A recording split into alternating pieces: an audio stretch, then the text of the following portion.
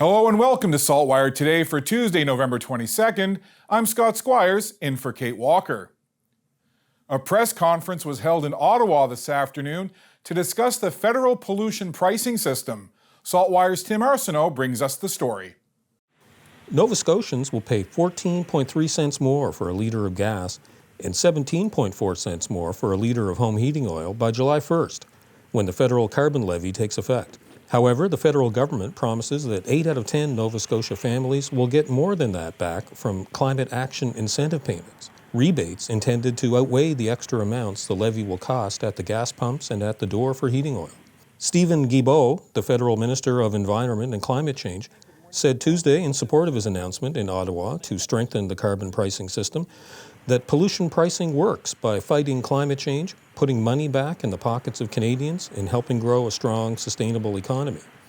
This is designed to get rid of what we don't want, pollution, and encourage what we do want, things like clean innovation that will grow our economy, create good jobs, and build a bright future for our kids and grandkids. Under the new system, more families will get the climate action incentive checks more often.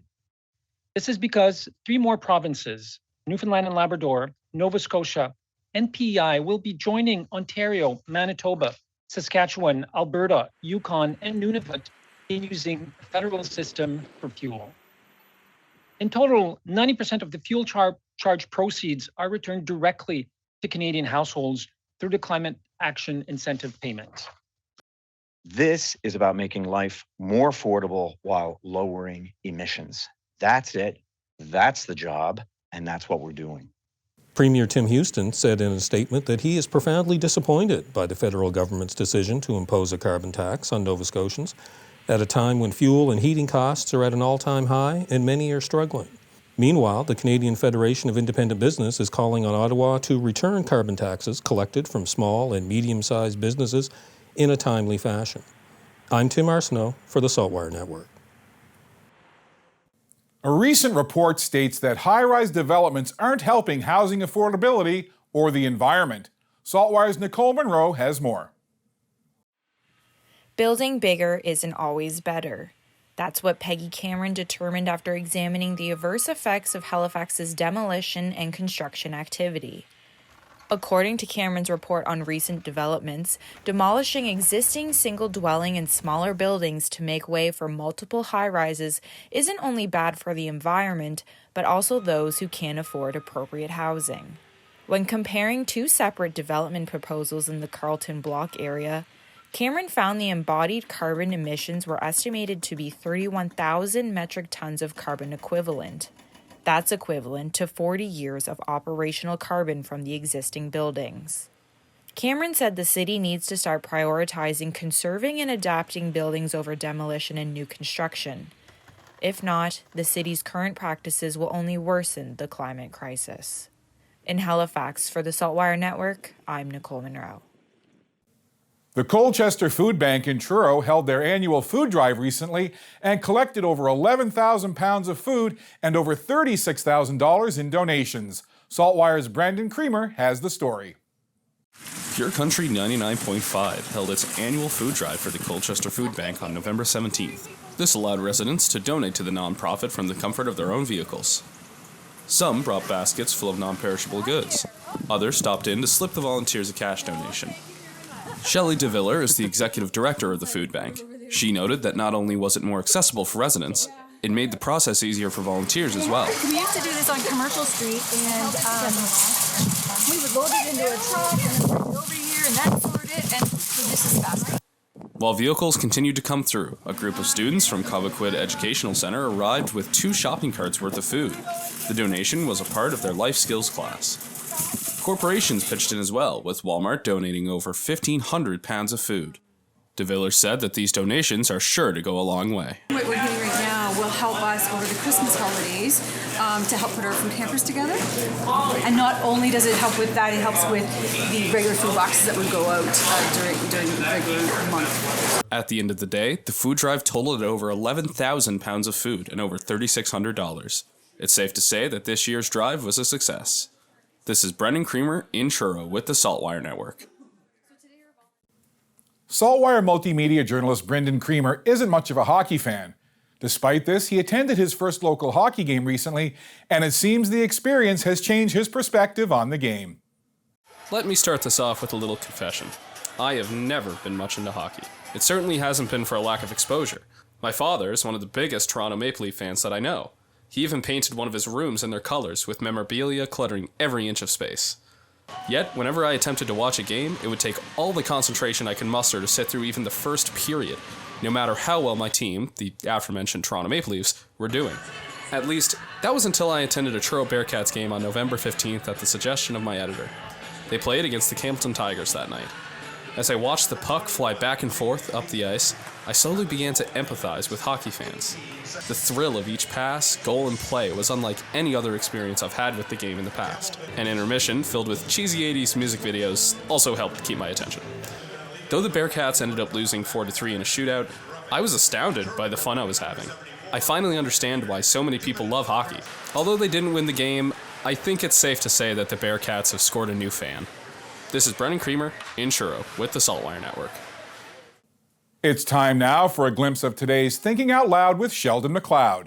Today, Sheldon is speaking with EAC Energy Efficiency Coordinator Chris Benjamin about the federal oil to heat pump affordability program.